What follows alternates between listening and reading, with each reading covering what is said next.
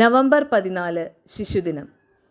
ശിശുദിനം എന്ന വാക്ക് കേൾക്കുമ്പോൾ തന്നെ നമ്മുടെ എല്ലാവരുടെയും മനസ്സിൽ തെളിയുന്നൊരു മുഖമുണ്ട്, ശ്രീ ജവഹർലാൽ നെഹ്റു.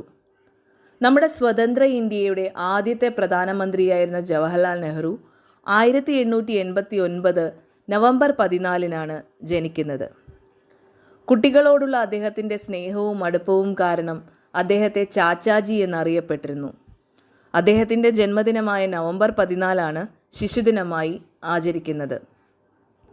അദ്ദേഹത്തെക്കുറിച്ച് ഓർക്കുമ്പോൾ തന്നെ നമുക്ക് അദ്ദേഹത്തിൻ്റെ തൊപ്പിയും നീണ്ട ജുബ്ബയും അതിലൊരു ചുവന്ന റോസാപ്പൂവുമൊക്കെ പെട്ടെന്ന് ഓർമ്മ വരും. കുട്ടികളോടൊപ്പം കൂടുതൽ സമയം ചിലവഴിക്കാൻ വളരെയധികം ആഗ്രഹിച്ചിരുന്ന വ്യക്തിയാണ് ജവഹർലാൽ നെഹ്റു.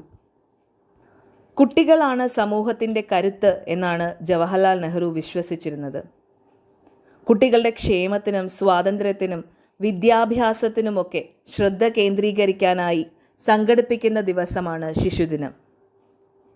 നമ്മുടെ രാജ്യത്തിൻ്റെ എല്ലാ കോണുകളിലും ഈ ദിവസം ആഘോഷിക്കപ്പെടുന്നുണ്ട്. വിദ്യാഭ്യാസ സ്ഥാപനങ്ങളിലും വായനശാലകളിലുമൊക്കെ പലതരത്തിലുള്ള മത്സരങ്ങളും ആഘോഷങ്ങളും സംഘടിപ്പിക്കാറുണ്ട്. നമ്മുടെ കുട്ടികൾ അവരുടെ ജീവിതം ആവോളം ആസ്വദിക്കാനും ആരോഗ്യവും സംസ്കാരവുമുള്ള ഉത്തമ പൗരന്മാരായി വളരുവാനുള്ള അവസരങ്ങളും സാഹചര്യങ്ങളുമെല്ലാം ഓരോ ശിശുദിനവും പ്രദാനം ചെയ്യുന്നുണ്ട്.